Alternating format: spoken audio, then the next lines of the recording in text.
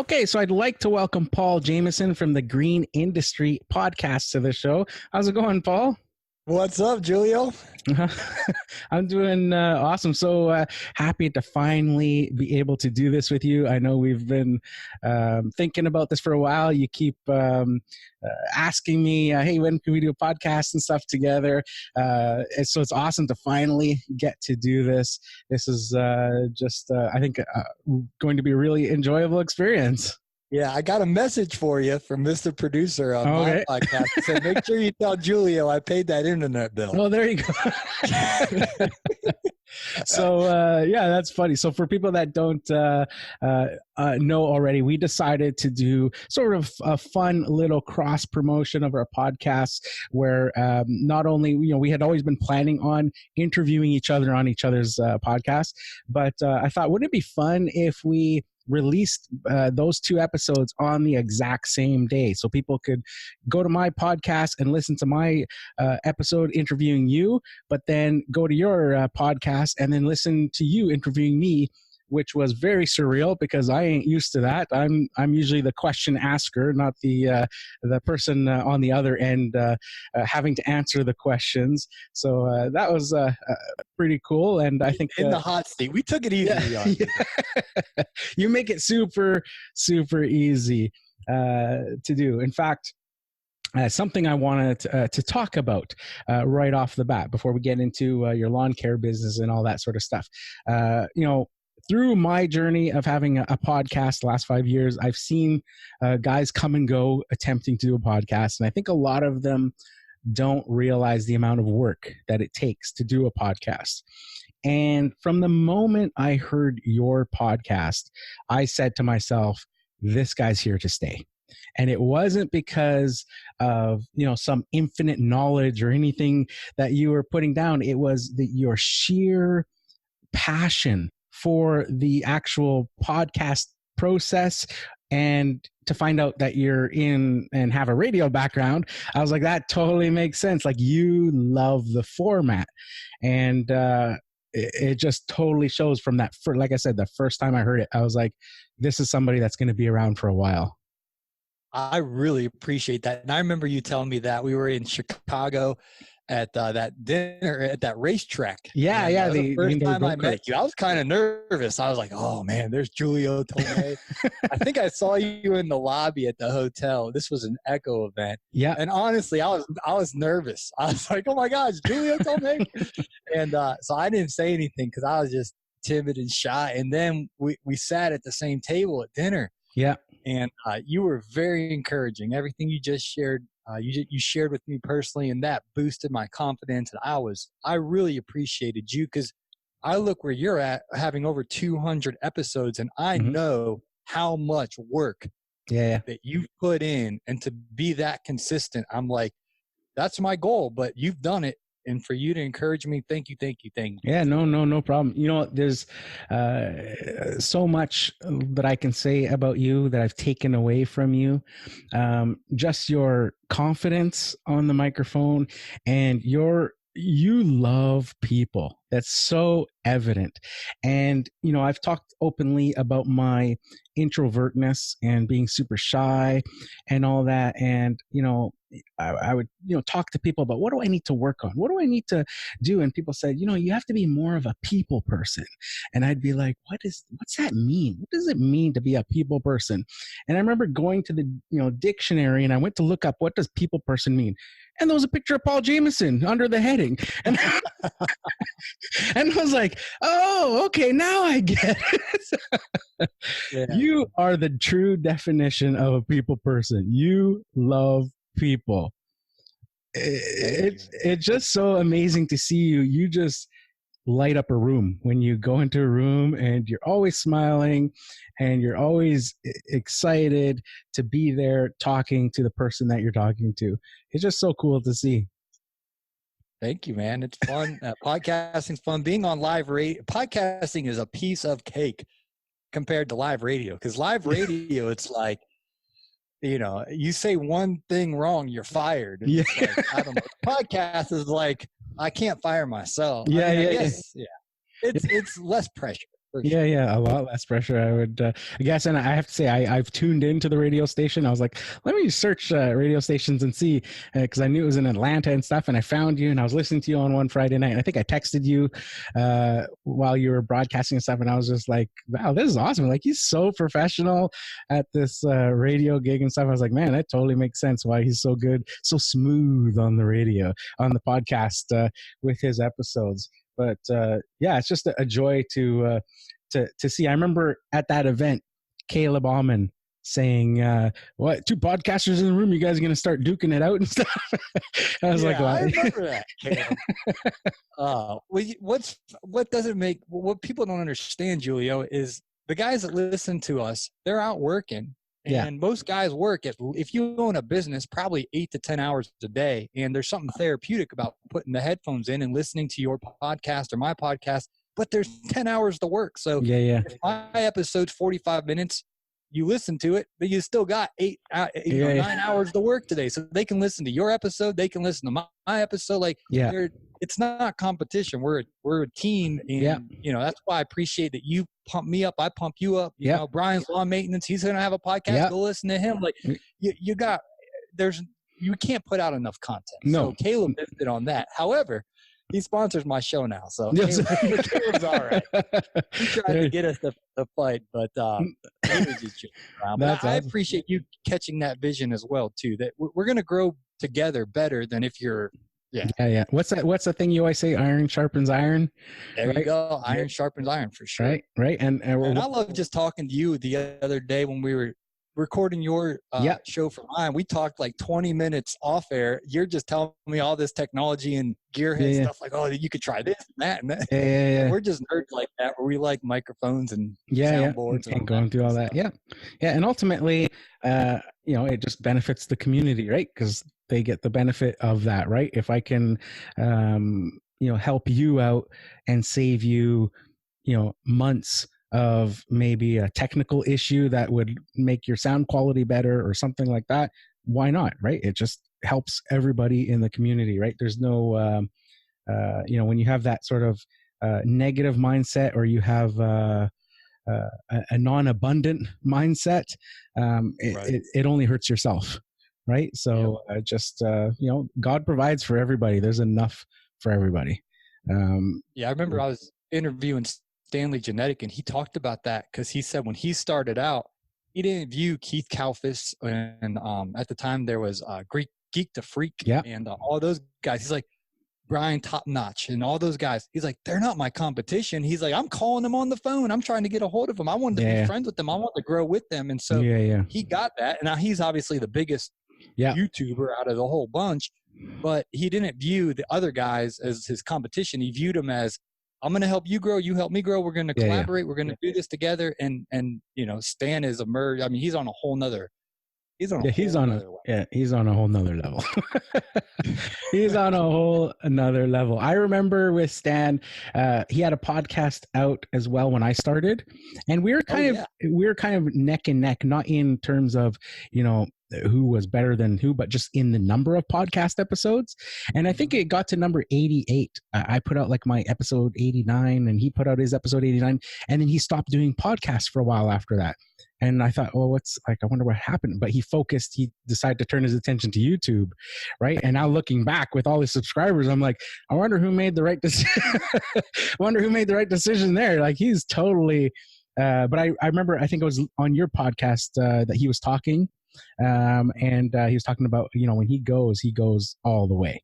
That he researched and everything to be successful on YouTube and all that sort of stuff, and just goes all in. So lots of awesome nuggets that I've gotten from your podcast listening. So it's awesome to have some friendly competition, as they say, out there, but really not competition. Iron really does help, because Brian's Lawn Maintenance is getting in the game now. So it's like, for me and you, were like, oh, he's going to crush it. We already know that. He's a juggernaut. He's going to be like... And I actually built his studio for him. So it's like we're helping him, and Julio actually bailed me out because I didn't know what to do with the file and all that. but it makes me want to produce because now I know, man, everyone's going to be listening to his. People are listening to yours. It makes me want to put out the best of the best, and hopefully it makes you want to put out the best of the best in him. So we're all getting better because of it. That's where the iron and sharpen iron comes from, is that we're all helping each other get better. So it's good. Very No, it's pretty awesome. And it's going to be I think 2020 is going to be a breakout year, because I've heard from other guys too that are thinking about starting podcasts. So if you're liking podcasts, and obviously if you're listening to this, you do enjoy podcasts, 2020 is going to be a breakout year for you guys out there listening, because there's going to be a ton of new content, and hopefully those guys will I have no doubt that Brian will stick with it, but hopefully some of the other guys that I've heard from will stick with it as well, and be able to provide a lot more content, because you and me, we can't do it alone. I know there's some other guys out there as well that are pretty consistent as well, but even with the current podcasters out there, we still can't all create enough content because the feedback I get is we want more, right? Absolutely. Because we want to make more profit. We want to make more money. And it's nice. I mean, I listen to other podcasts that are generalized business podcasts. Yeah. I talk all the time. I listen to Dave Ramsey and some of these other leadership podcasts and everything. But what I like about your podcast, I loved Stan's podcast back when he was putting them out. I mean, I was an avid listener to his, but I specifically, I work in landscaping, I work in lawn care.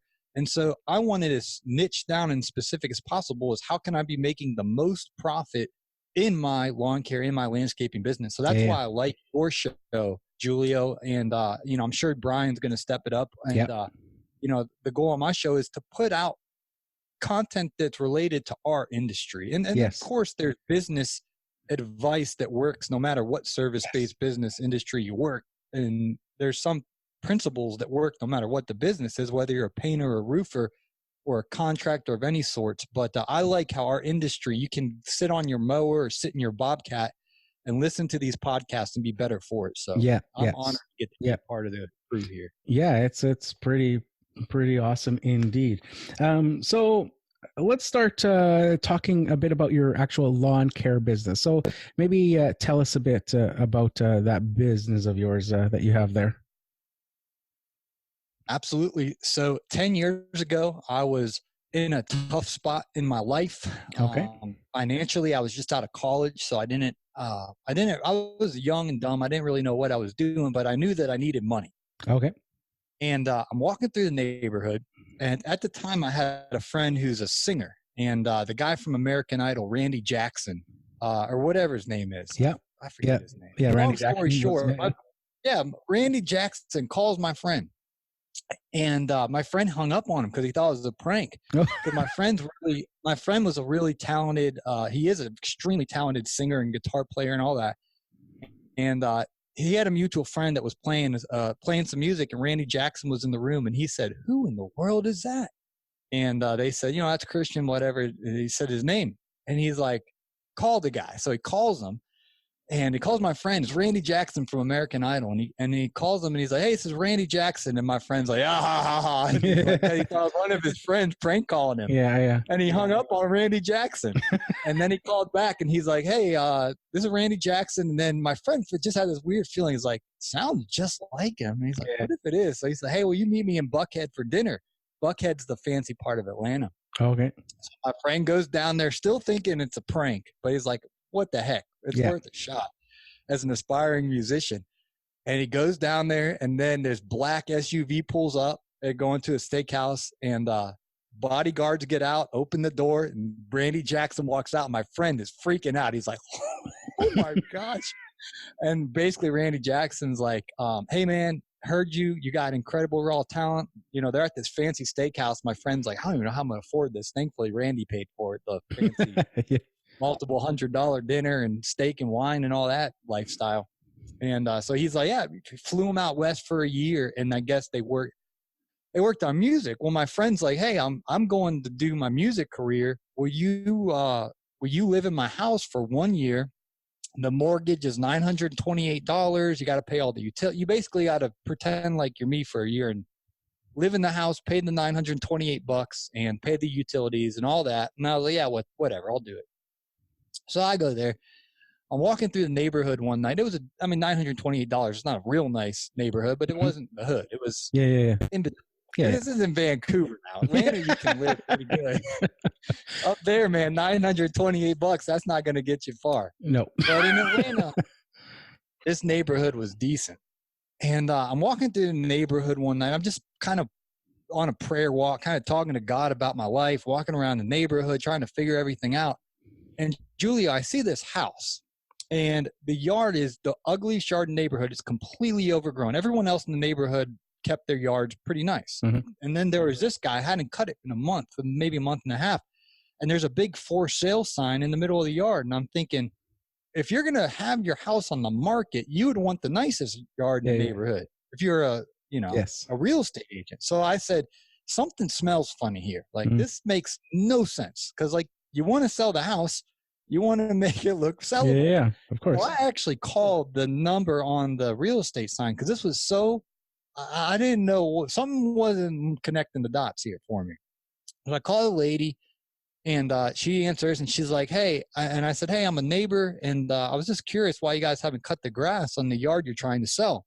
And she said, oh, we had a tragedy with our lawn care guy. He went to the hospital. And then he kept telling us he'll be out in a week. And then we've been working with him for 20 years. So we wanted to give him business. He kept saying, I'll be out in a week. And it kept getting put off. So she's like, now it's getting to the point where we're going to have to hire someone else until he can get back on his feet. And she says, what's your quote?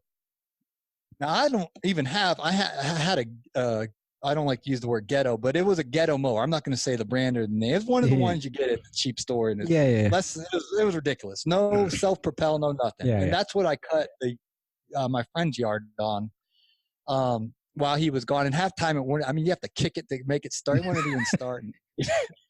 I don't even know how I got. Almost you have to go out with scissors to cut the grass. But when you're needing money, she says, what's your quote? It was like a cartoon. Boop. The light bulb went off my head. I was like, I can make money. And so I don't know why. I said $60. Now this was majorly overgrown. It needed like double, triple cut and weed eated. That wasn't the right price. So needless to say, I lost. It cost me, probably $150. I lost so much money on my first job, but she says you're hired. So I go over to my house and I get the mower.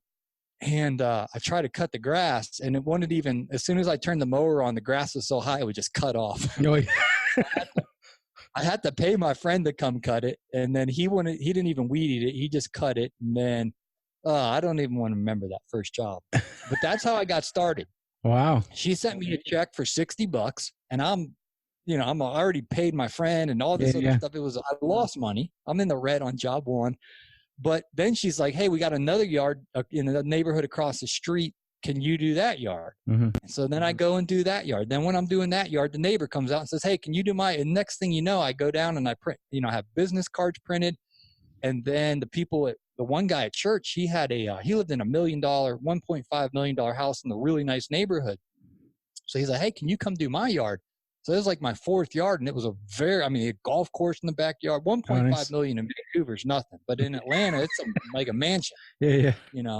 Really nice house. And so then I got going, and first few years I was a disaster in the sense of I didn't understand overhead. I didn't know what I was doing. I didn't understand quarterly taxes. Everything wrong you could do. Oh, I've done it.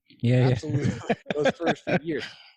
But then I started figuring out with some mentors what it costs to run a business, all my operational expenses, what I need to be charging per hour. I started to get some amazing clients that, play in the NFL, coach in the NFL, and that's the National Football League down here for the Atlanta Falcons. And a lot of these guys play for other teams, but they live in Atlanta because you can live like a king here. And so now, we've got a decade under our belt. We're making profit. We got really good customers and got into landscaping, doing a lot of installations and make good profit margins on doing landscape installs. And so that's a little bit about the journey of cutting that grass and eventually making that cash. Awesome. That's a very crazy story. I think the one that a lot of guys can relate to, that starting out, I can think of, when you said putting the mower on there and as soon as you start cutting it, cut out and stuff. And I was thinking, I know exactly what that feels like, because I've been there,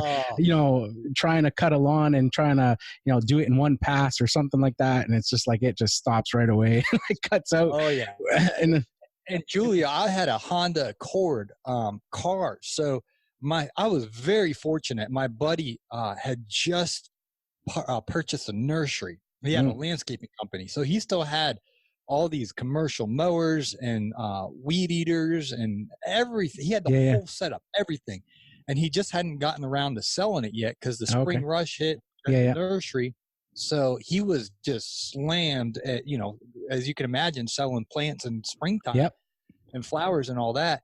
So he's like, hey, anything you need to use until you can get your business established, feel free to use. So I had access. I was huge blessing. I had access to, he used all steel back then. So I had a steel weed eater, hedge, everything. Awesome. But I didn't have a truck. Yeah. So I would put it, if I could angle the weed eater into the back seat, and then I could go diagonal through the passenger side and put the window down, and the head of the weed eater would stick out the window.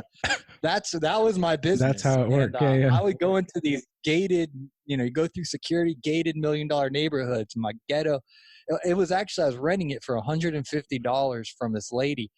And then eventually she called me and she's like, hey, something happened. And she's like, we need to get the car back after this month. So I returned it to her, and then she went ballistic because it smelled like gasoline. She's like, what in the world? Did you spill gas in here? And I was like, actually, I did one day. I was running she's like, you ran a lawn care company out of the car we rented? I was like, oh, yeah. And anyway, that didn't go too well. That was my humble beginnings. That's your humble beginnings. Wow, that's quite the journey that you started out on. Absolutely amazing that you've been able to persist and get to where you are today. Really inspiring.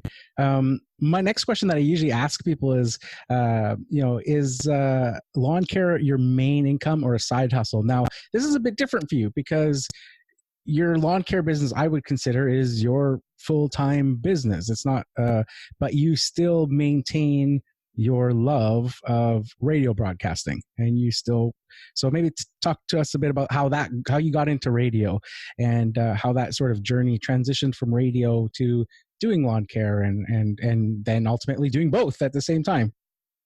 Yeah, absolutely. So I still remember years ago exactly where I was when I got the phone call. I was visiting my sister at Charleston, South Carolina. We're laying out.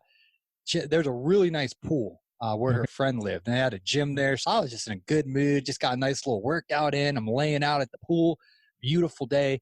And I get a phone call from the general manager at the big radio station here in Atlanta. It's the second largest Christian radio station in Atlanta, which is in Atlanta. Excuse me. It's the center of the Bible Belt. So it's Christian radio is a big deal in Atlanta. And I was friends with the general manager at the station, and he calls me out of the blue. And I'm like, why is he calling me? And he called me. He's like, hey, we're looking for someone to do a couple nights a week on we're going to start an overnight show from midnight to 6 a.m. What would you think about being on the radio? And I said, well, I've never been on the radio. Wow. I don't know about that. And he says, well, he's like, I know you love the Lord. And so we need content. That's what the content is about, from midnight to 6 a.m. He's like, I know you got that down, so I'll teach you the radio. And he literally did. So I started doing overnight radio from midnight to 6 a.m. I'd sit in the office with the general manager and some of his staff, and it's called an air check. They'd play what I would say on the radio, they'd play it, and then they'd critique it. So I paused at the right time. I didn't have enough energy. I mean, they would just break down every single thing I said on the radio. And at the time, I would be depressed because I'd be like, man, I'm not that good of a broadcaster, because they would tear me to pieces. But little did I know it was teaching me how to talk on the radio, which would eventually spill out into my podcast. And, I've been professionally trained by these voice coaches, essentially, of how to be a professional broadcaster. Well, that you did about a year and a half in the night watch. and the overnight shift, midnight to 6 a.m., the graveyard shift, man. I had a bunch of police officers and a bunch of friends that listened, that did the overnight shift here in Atlanta. Well, then they said, hey, you're doing really good. We want to give you a show in prime time. Wow. And I said, wow. So it's 10 a.m. to 2 p.m. here in Atlanta. Atlanta is a major city. It's, Yes. New York City's a little bit bigger, Houston, LA, but then Atlanta, I mean, it's huge. one of the biggest cities in the world. It's gigantic. So I was like, wow. And so at this point, I'm excited, and I'm doing radio, 10 to 2. Everything's going good. But what's the saying? You burn the candle at both ends. Yeah. I think because I'm sitting here doing landscaping. I'm doing these $15,000 landscape jobs, but I have to do my radio show from 10 to 2. So I would drop my crew off in the morning. There'd be like 4 or 5 guys working for me doing the job. And then I'd go and work at the radio station from 10 to 2. And then they'd call me. They'd have some problem, and I can't get to them till like 2:30. It was impossible. Yeah. So I met with the owner at the radio station, and I was like, I am absolutely torn, because I love radio, but I also have this, mathematically, it doesn't make sense if someone's paying you $15,000 for a job that takes 2 or 3 days versus, radio. It depends where you're at in the thing, but I was making more money potentially doing landscaping, and I had a bunch of student loan debt, and the owner at the station was like, well, why don't you do landscaping and pay off your debt? And we love what you're doing here. You can do a primetime show on weekends. And that way you can kind of do both. So I was like, cool. So it was one of the toughest decisions of my life, because my audience misses me. I miss them. It was painful, Julio, it was like one of those decisions where you're like, I don't really want to do this, but I can't. I either have to shut down my landscaping company, or if I stick to the radio on the weekends, then I still get to at least do that a little bit. So that's kind of where we headed, where I just focus on my landscaping company during the week. And I still have a radio show on Sundays, and I fill in quite a bit when they need me. And then, of course, I started the podcast. So I do have a lot of income coming in from different streams, from the lawn care and landscaping, from the radio, and from the podcast. And it all comes in various ways, but that's the story. Yeah, that's a great story. It actually, I could really feel when you were mentioning there, being at sort of that crossroads, being torn with that decision, because it's so interesting that you had not even an inkling of being a radio host, and this person phones you right out of the blue. It's like you were like the anointed one for this, like it was God choosing you for this role.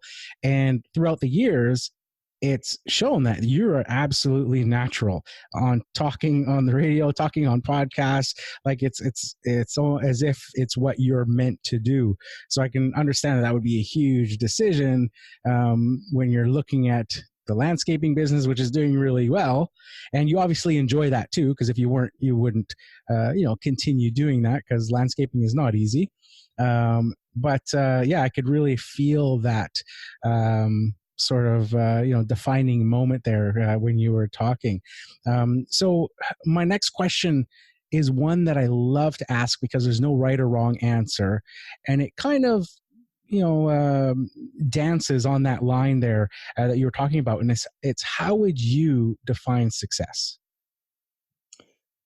Ooh, that's a great question. I think in terms of, this is kind of getting deep, but in terms of eternity, my personal belief, is that one day I will stand before the Lord, and I'm going to have to give an account for my whole life, from everything that I've done, over my whole life. And success will be on that day. My dream is to stand before Jesus and have him say, well done, my good and faithful servant, and actually give me a reward in heaven that will last.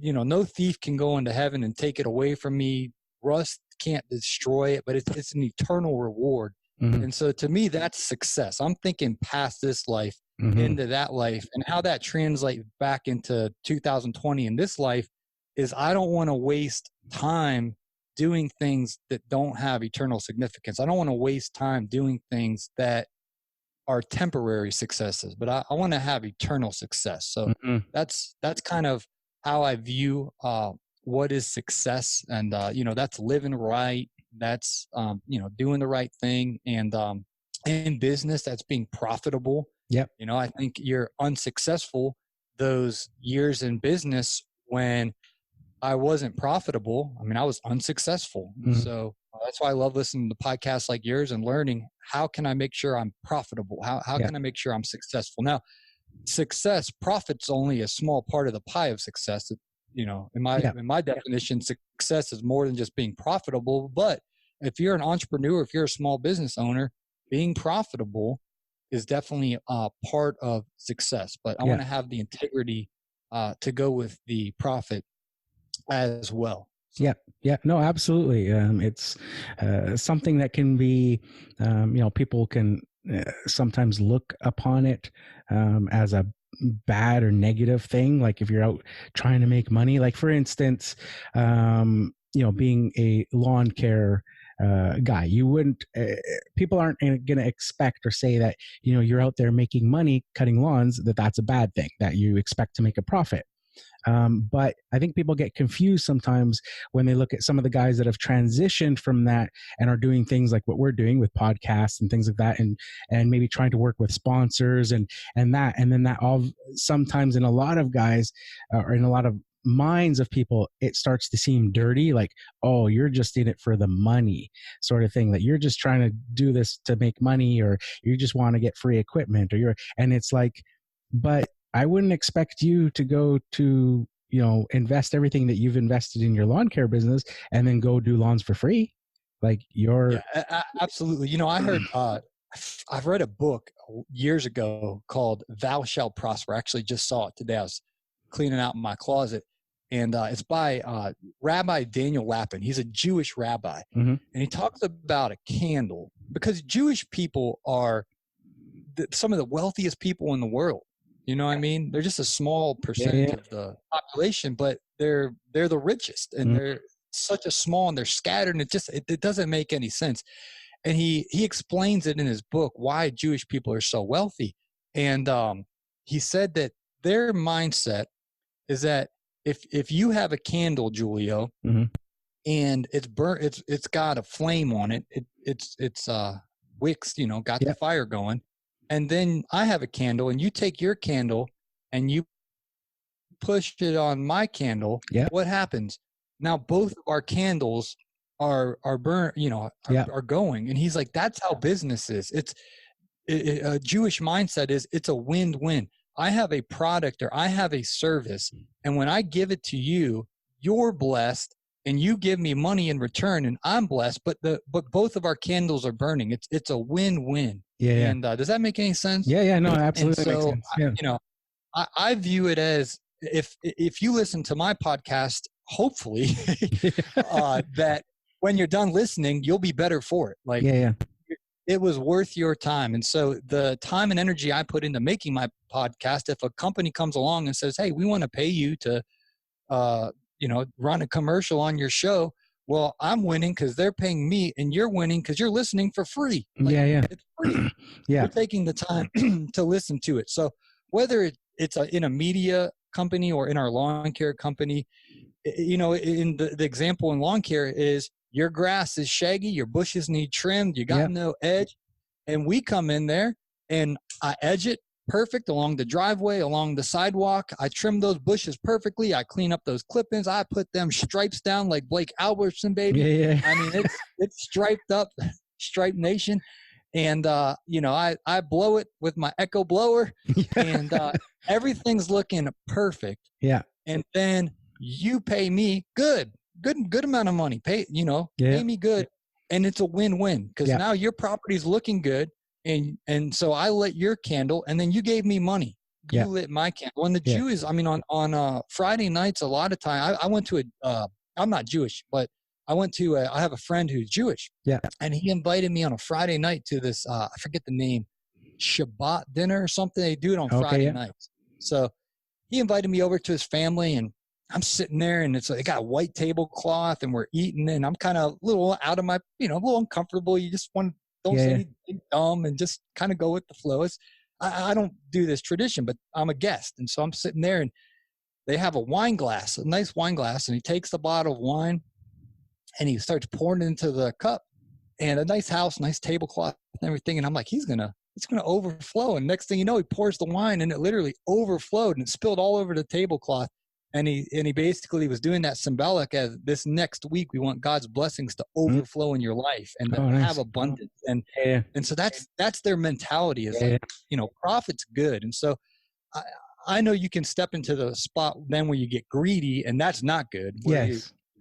But that's not what we're talking about. We're talking about you have a wife, you have kids, I have debt to pay off. Like, we need to make money. We need to be profitable. Yeah. And so I'm passionate about profit and that we're not out there in vain, because I joked about my first 3 years now, and I was lighthearted about it. Yeah. But at the time I was stressed out.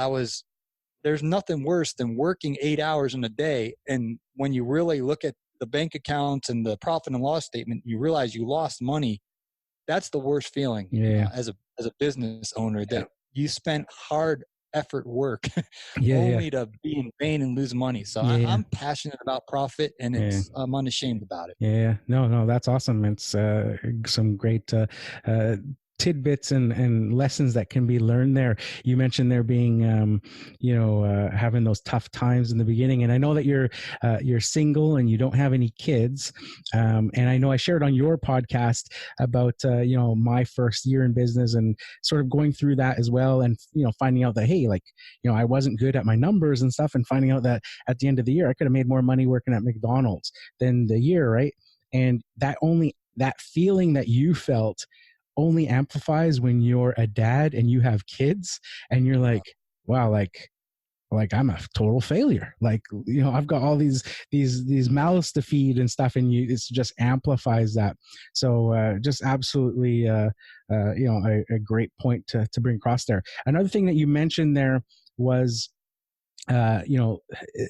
thinking about sort of the eternity and, not doing things sort of short. And I totally relate to that. I'm totally on that same vibe. In fact, on New Year's Eve, I went out with my family to a dinner dance, and somebody said, the discussion revolved around doing something, and they said, life is short. You only live once. And I said, but who's to say? Whoever said anything about this being our only life? That this is where it ends, you die and that's it. Life is eternal.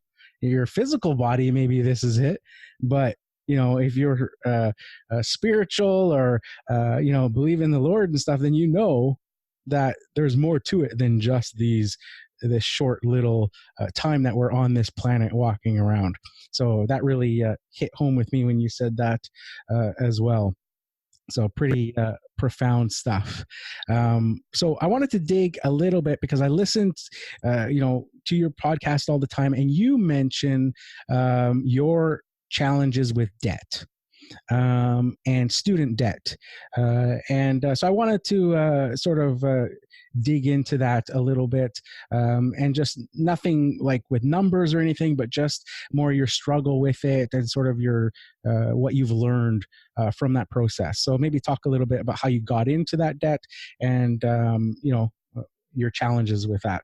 Yeah, well, this goes back to when I was young and dumb, and I remember this was before I gave my life to Jesus, by the way. My friend Nathan, we're golfing. He's like, you got to go to Ohio University, man. He's like, I just was down there this weekend, 6-to-1 girl ratios. I walked into the party. There's hot girls everywhere, and there's only a few guys, and all these hot girls are all around me, and it's you and me. He's going on and on and on. He's like, you got to go to OU, man. And so I'm like, okay, yeah, I'm going to Ohio University. Sign me up. And I was a junior in high school at the time. Well, and I'm going there to party. That was, so anyway, I got enrolled or applied, accepted, enrolled. Well, then Jesus changed my life in June of 2004, and I quit I had one beer my whole college career at the big party school. And I never touched it. I didn't do anything with the girls. I'm saving myself for marriage. So my whole plan of going there was to chase the women and party, and Jesus changed my life. And I never even did that, but I still ended up going to college there. And, my parents are awesome. They paid the first 2 years. It's 20. I don't mind talking numbers. But it was $20,000 a year. And my parents had saved up and, wanted to bless me. And I think they saved up $40,000 for me to go to college. Well, my dumb butt went to such an expensive school, that would have, back in the day, that would have covered tuition and everything for 4 years. But I went to a school that was so expensive that it only covered 2 years. So they're like, we'll pay your first 2 years, but you're on your own. I was like, whatever. You got greedy because all the other schools were only a 3-to-1 girl ratio. You wanted the 6. And that then my motives changed. I wasn't looking for some hard slut. I was looking for a girl with character, and still searching. By the way, so I'm picky when it comes to character. But so now I'm my junior year, $20,000. That doesn't compute to somebody who's making $8 an hour. I think I was making $8 or $9 an hour at the dining hall at the college, and it was $20,000 is what I borrowed that year, and then $20,000 the next year, and then I didn't become a doctor, but it did take me 5 years to get out of school. So then I took another chunk of money. Well, I get out of school. And the student loan was due, and I called them, and I didn't know what I was doing. They're like, "Oh, no big deal. You can take a year off of paying, and it can do a forbearance." And so I'm like, "Oh, sweet, thank you." And I didn't understand that the interest was still accruing. So then the next year comes up, and they're like, "Hey, you need another year of forbearance? No problem." And I'm thinking it's a blessing. And little did I know that $40,000.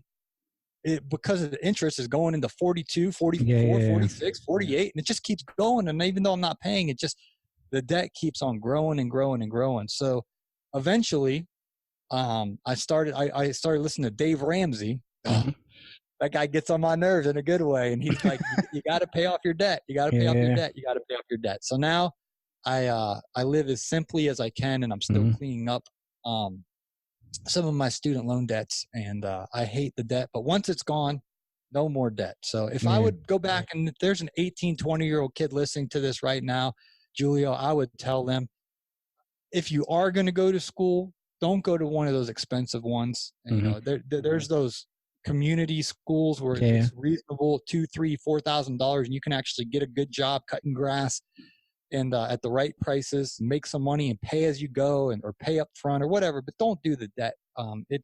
I regret it so much, and I didn't learn really anything in college that I apply to my life today. It was just a waste of money.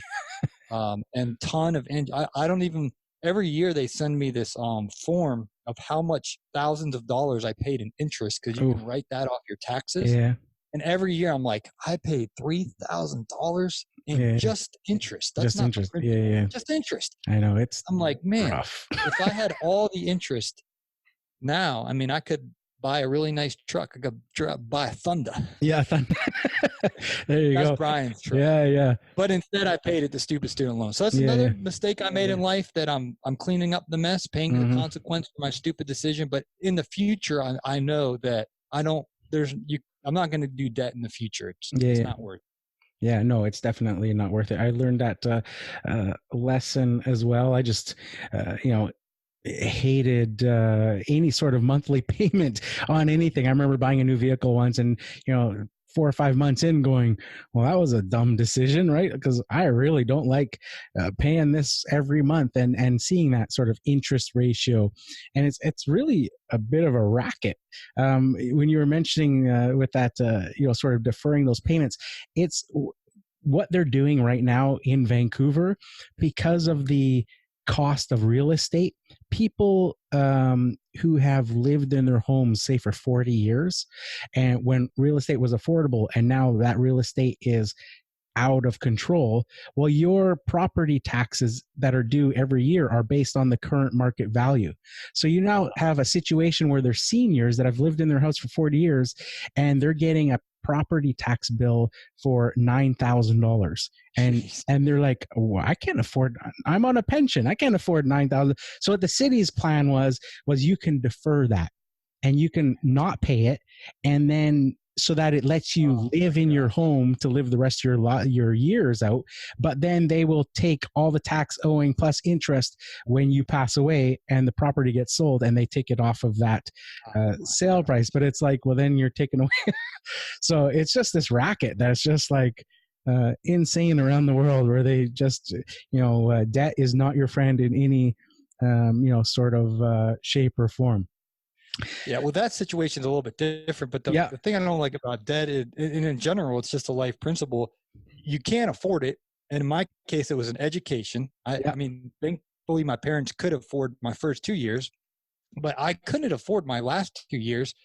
But the deceptive trick is, well, you can have it now and just pay it back later. But it's never worth it. I'm in my 30s now, and I'm still paying it back. And you know what I mean? It's not worth it. And and even with the vehicle and all that stuff, I mean, my truck's paid off. It's a little older, but I mean, I don't have a car payment. I got an older truck. I don't care. It's nice that you can get something right away, but then you got to pay it later. I don't like that. I'd rather just save up and pay cash for it. Yeah, absolutely. It's very easy to sign a piece of paper and drive away with something or thing, but you got to look at what that actually means in the long term and how much you're going to pay in interest. I wanted to talk about your openness, because you are very much an open book. And you mentioned it a bit there in one of your answers in talking about your student debt, but also how midway through that you found Jesus. And I listened to an episode that you did. I think it was with Keith Kalfas, and was it Sean Spencer? And that was very open. You laid it all on the line there, talking about that whole journey. And I thought it was very profound that you were sharing that. So, you talked about that debt. You talked about as you mentioned here as well, your love life and being picky and looking for the right person and stuff. So what compels you to be so open to your audience about stuff like that? Well, I still have a fear of man. Sometimes I get timid, or I get nervous, or I want to draw back. I was on Fox News one time with Barack Obama and Hillary Clinton. They were running against each other in Ohio for president. And at my college, my professor picked one. This is one cool story, I guess, that came out of the whole $100,000 college experience. But my teacher, Fox News was coming live on our campus, and it was the day after the election.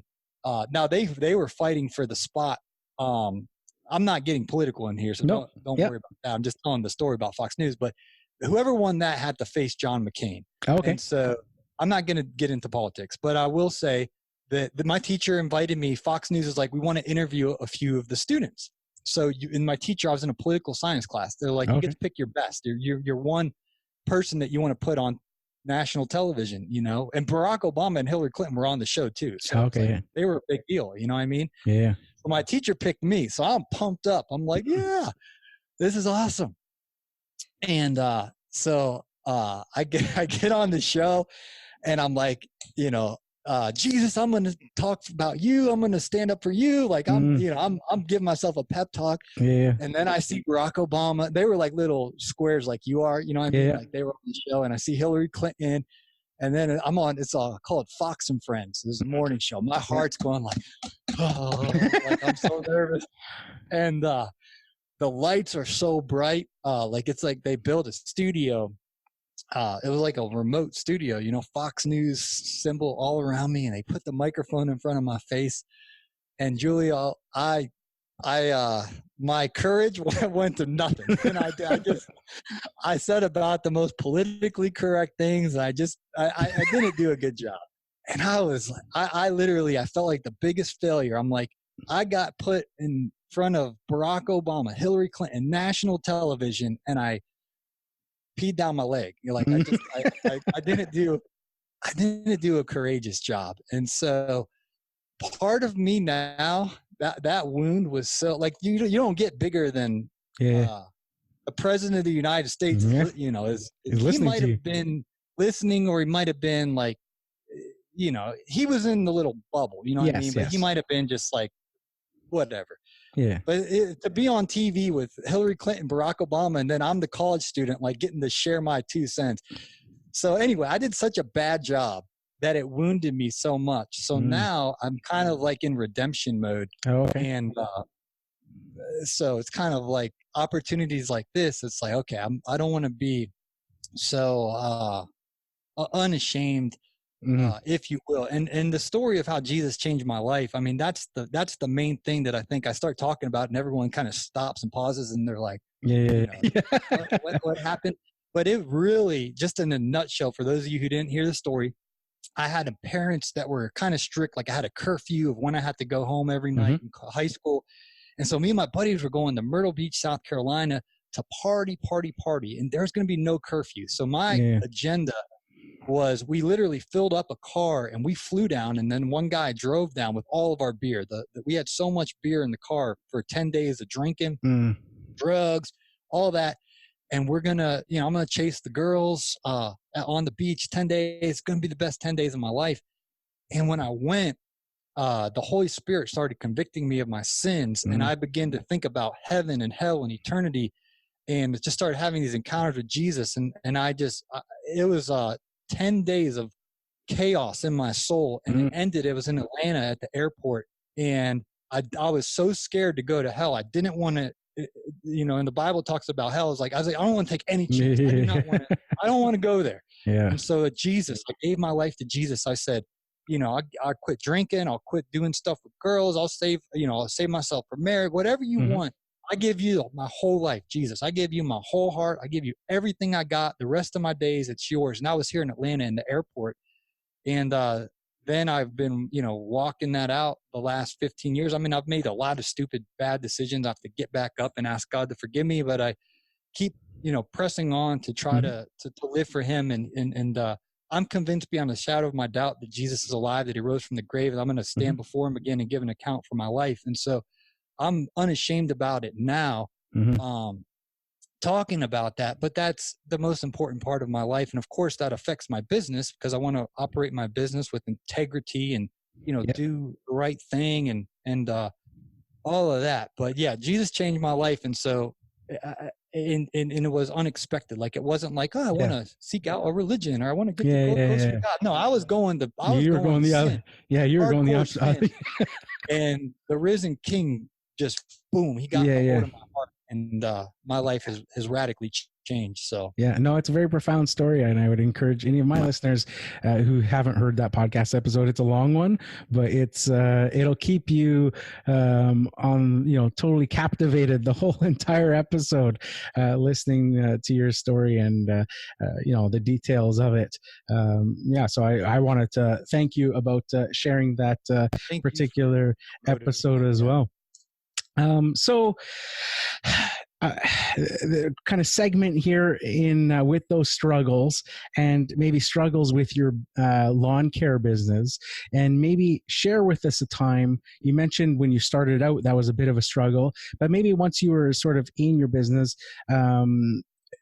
share with us a time that you struggled in your business and what you learned or did to overcome it. Oh, okay. So it's kind of another pinnacle moment in my life. I was working so hard, and I felt like I was making, I'm doing, 6 figures a year revenue, no problem. But I felt like I could barely pay my bills, and it was like a rat in a wheel. And so I was talking to my friend. I actually had him on the show before and interviewed him. But I'm like, can you help me? It was a humbling moment, because everyone thought, man, you got, you're doing all these fancy yards and you got it all together. And like, my image to everyone else was like I was crushing it, you know what I mean? And that can be some of the deceptions of Instagram and everything, you know what I mean? Because people are like, oh man, you're just crushing or whatever. So my one friend, I knew he had worked for Brickman. They got bought or merged or whatever, but he worked for these big companies, and they are so meticulous about their numbers, you know what I mean? And I knew he knew his numbers so well.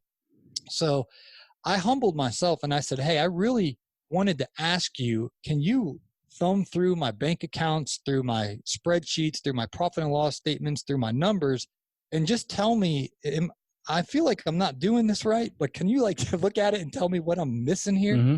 And so he's like, yeah, bring me how much time you're on each property, which thankfully I was keeping track of all that. I'd clock in, I get to Miss Susie's house at 11:03 a.m. We got done at 12:03 p.m., 1 hour, but there's two of us, so it's 2-man hour. And I had that stats for 52 weeks of the year. So I could average how much I was at her house and then how much I was charging her. So thankfully I was a nerd with my statistics, my analytics and all my stats. So I bring him all the numbers, and he's sitting there. His wife's over in the kitchen making dinner, and he's got his pen. He's puts his glasses on his nose like in the movies, and he's making marks. And he's looking at my numbers, how long I'm there, and how much they're paying me, and how much that is per hour. And he's doing all these calculations. And then finally, Julio, he pauses. And it was like a movie. It was like his wife stopped. Like you could feel the pot like stop and the spoon. He puts his glasses down, and he's just staring at me. And I'm sitting there, and I was like, not good, huh? And he's sitting there, he's shaking his head, and he's like, how are you even paying your bills? Wow. And he's like, this is not good at all, Paul. And because he knows the numbers of the $1 billion company, Brickman. Yeah, I don't know if you guys had them up in Vancouver, but they're but I've heard of them. Yeah, they're huge. Yeah. So, and he knows exactly what they're looking for because he sits in these meetings and with the other companies where they just sit and they just do numbers and profit margins and all this dialogue that when you're just by yourself, you're not in those those meetings, you're not in those conversations. You have to do it all yourself. So, and he was very humble, but he was basically like, you're not doing a good job, Paul. Your efficiency is going to have to shoot up through the roof. Like you're not being efficient enough. And then the main thing that he kept emphasizing to me is your prices aren't even close to being where they should be. Like per man hour. Yeah. In Atlanta, it's the minimum average is about 50 minimum average. Like if you're not making $50 per man per hour in Atlanta, you're not making it. And I was dramatic. The actual numbers, I was below that when it was all said and done. And he's like, we got to get you up, way past that mark, and per man per hour, you got to be making more money. And so I immediately started raising my prices immediately. And since then, I've just continued raising them to now I've overcompensated so much. It's hard for me to land jobs because most people say, no, my price is too high. And, but that's, I'm never going to go back to where I'm getting everyone to say yes, and I'm doing it at a low price and I'm not making money. So now when I do get them, they are at the right price. I am profitable, and we fixed the problems that were there. Mm-hmm. But that was not fun. And, leaving there that day, it was the biggest wake up call of my moment. And it was good to have it from a mentor who's, he's in his 50s. He's worked for these big companies. I trusted him. And I knew he wasn't going to go and tell everyone, "Oh, Paul's not good at business." Like, there was confidence in his. He was trustworthy, and then he kept me accountable. He would call me, and he's like, "Hey, how's your numbers? Awesome. How was your, how's your profits? Are you charging enough? How's your schedule? Like, how's your efficiency?" And he called me like 2 days ago, just checking in on my business, making sure that I'm making enough money, making sure that I'm not blowing money, Julio, on lifestyle, but that I'm being diligent to pay off my debt. So it's good to have mentors like that who will keep you in check. So absolutely. Very cool. That's awesome that he's still checking in on you. So what would you say with your experience in 10 years or so in your business, would you say is a hidden pitfall with running a lawn care business that you see that prevents people from succeeding? There's a couple things, and I'll get more vulnerable and personal as well. And this is a little bit of a left-hand turn, but I've gotten injured. I've gotten my shoulder has hurt really bad. I've gone to doctors. It's $95 per each time I go. I got to pay $95, and I go for my knee as well. That's another $95 every time I go. I got really good doctors, thankfully, but that's something that when you're young, you're like, I'm Superman. I can do anything. You know what I mean? Yeah. And now that I'm a little bit older and my knee hurts, my shoulder hurts, it's something that in those early days I didn't think about. It's like, yeah, it kind of hurts. Throw a little ice on it. Don't be a wuss. Let's go. Yeah. And now I'm, thankfully for me, I have a budding media company, and I have, I've been working in the fall. I worked at 40 hours a week for several weeks at the radio station because my knee and shoulder were hurting so bad, and I couldn't do the jobs there. And the doctors were telling me, they're like, Paul, you can't be doing this anymore. Yeah. And so it's put me in a predicament where I have to hire people to do the work, and I can do minimally. So I would just say, and Julio, I used to love working out, being faithful with it and consistent with it. And once I started my business and then the radio show and that unattainable schedule, going to the gym and doing consistent exercise was one of the first things that went out of my life.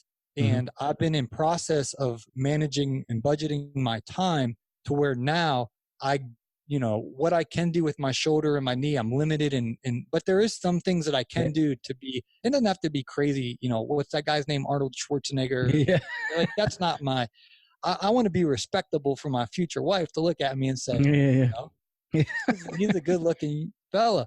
But also, that's something that I've really been prioritizing in my business is taking care of my body, taking care of my health, because it's so easy to get busy to where you want to get started early in the morning and you go and work all day. And then the last thing you want to do when you come home and you're all dirty and sweaty and you're exhausted. I know in Vancouver, it's maybe a little cooler than here, but it's hot. Yeah. In Atlanta, it's so hot. You're pooped by the end of the day. There's no chance you're going to go to a gym and work out. Thinking about, I don't have a wife to make me stew, so I make my own stew.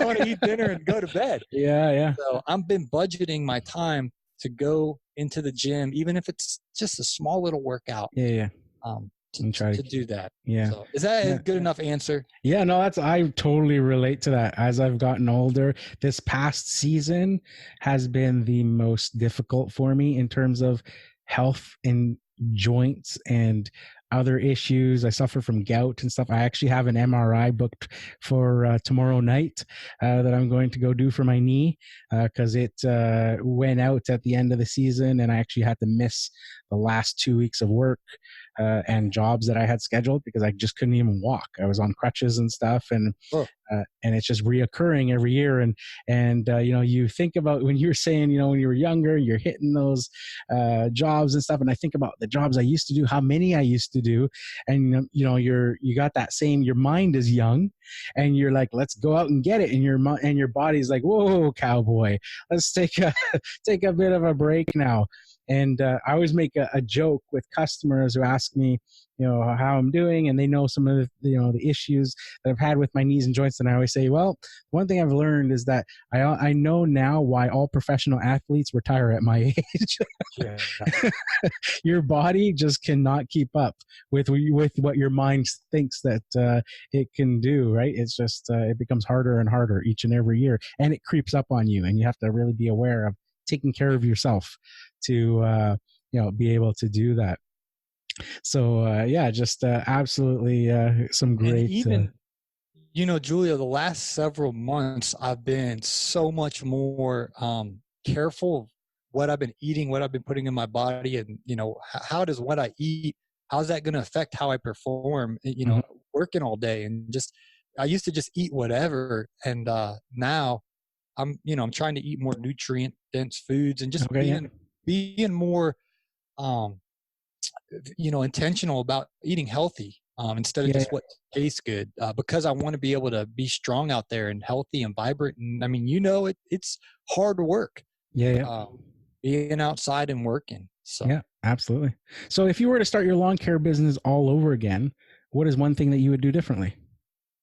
I'd charge way higher prices. Coming out of the gate, my prices were way too low because there was this desperation when I would be putting together a quote where I'm like, okay, this is what I should probably charge, but I want to make sure I get the job. And so then it would start to diminish a little bit just because I wanted to make sure I got the job. And then what would happen was I'd get the job and I wouldn't make money, or I wouldn't make enough money on the job. So I literally sent a quote this morning, and I'm like, when I sent it, I just kind of laughed. I'm like, no chance I'm going to get it. Like, he's probably going to get it. I'm like, what? That's too much. And you know what? I know that my competition, I know what their rates are and all this stuff.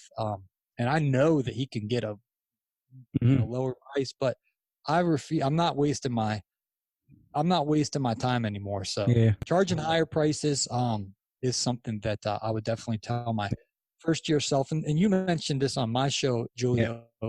I asked you a similar question, and you said know your numbers, and that's so important. I mean, the profit and loss statement, you can print that out no matter what CRM you use or QuickBooks or what. I mean, even your bank account. Look at how much came in and how much went out. I mean, that's pretty much your profit and loss, unless you got something complicated going on. But really, every month studying, how can I have the money coming in increase, and how can I have the money going out decrease? How can I increase that chasm and that gap that we're making money, baby? So, what is one frustration or your biggest frustration that you still have about running a lawn care business? I mentioned it earlier. It's annoying that my shoulder hurts. It's annoying that my knee hurts. And something that I did not think about when I got started is I started working in a county here in Atlanta that has over 1 million people. This is a suburb. This isn't where the skyscrapers are. Where the skyscrapers are, you go out just a little bit. There's a suburb where I work in, and there's 1 million people in a small little area. And there's so much traffic, and it's so annoying because I try to get done early some days, but if we're doing a sod installation or we're doing a job, no matter, and you can't even get into the gate until 8 a.m. By the time you get started, typically you got to work all day. And so then I'm driving home in this ridiculous traffic. And so I would be a little bit more thoughtful of my location, because it is important. Route density, you've talked about it. I've talked about it. Everyone's talked about, you want route density. And so I got route density, but it's in the wrong area. So I definitely didn't think, or maybe I've changed as I've gotten older. My city life desire, I want to be out in the country. I want to be at the lake. I want to be at the beach. And, hopefully that, in the future, I plan to probably move. I don't know how my wife, I need to figure out who I'm going to marry, what her plans are and all that. But Atlanta is definitely wearing on me and frustrating me. And I don't want to say I got a foot out the door, but I kind of got a foot out the door.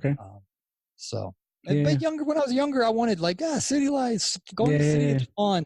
And now the traffic, put me out in the country. There's so many parallels between you and me. I'm exactly saying, I grew up, born and raised in Vancouver, so in the big city. When I got married, went to buy a house, couldn't afford a house in Vancouver, so we moved out to the suburbs, into the country, basically. And I would sometimes, go back, obviously, to visit parents and things like that, where they were in Vancouver, and I would get out of my car and be like, this feels like home, like being in Vancouver, in the city. But that slowly changed over a few years. And now I go to Vancouver and I'm like, I would never live here again. I love the country, where I live. It's still a well-populated spot, but I can drive 5 minutes in either direction and be in farmland and, see cows and horses and things. And there's still hobby farms that are left over from, a past time that are still in the neighborhood with, goats and geese and things like that. So I can walk the dog and, see that sort of stuff. And I just love it now versus being in the city with the traffic, like you say, and all that stuff. It's, absolutely. Like I say, it's so funny, all the things you talk about. And I'm like, man, that's exactly like me. Yeah, because when you're starting your lawn care landscaping business, I mean, you're basically in a marriage with that area that you select. Because everyone's going to be honest. Route density is so important. Yes. But it's like you're deciding this neighborhood or this little circle of radius of area. I'm in a marriage, an alliance with this area, and I don't know. It can make or break. So I absolutely. Atlanta. Go ahead. Yeah. Most of my customers, they play or coach for the Atlanta Falcons football team, and I've been public with that, and I've talked about that. Go Seahawks. Team here in Atlanta. Yeah, there you go. How far is Seattle from Vancouver?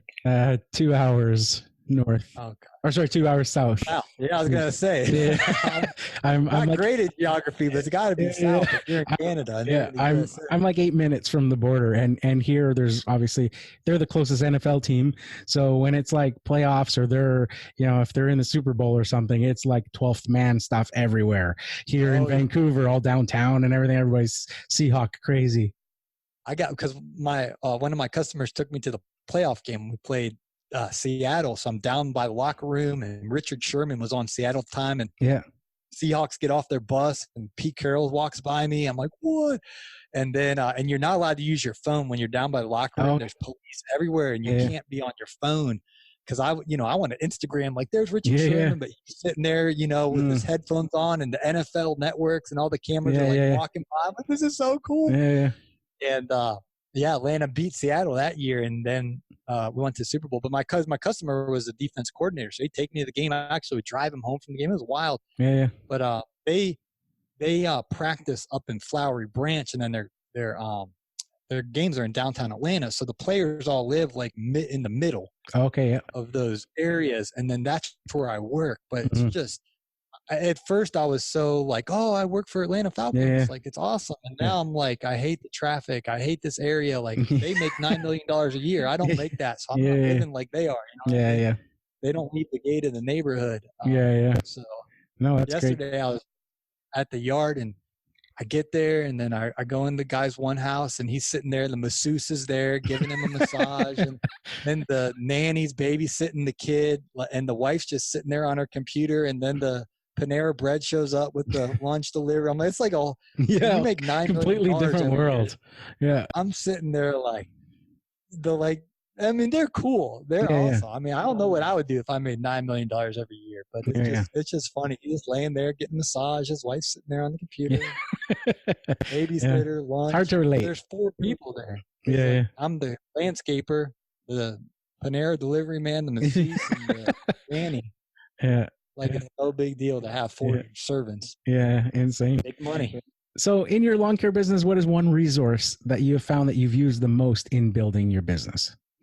Like, man, I'm going to toot your horn here, Julio. And I would say podcast and audiobooks. Books are good. You can listen to the Lawncare Success business podcast. You can listen to so many, I listen to Dave Ramsey that kicks my butt to want to pay off my debt and to build wealth. And so and those are all free. I mean, audiobooks you have to pay for the subscription, but podcasts are free.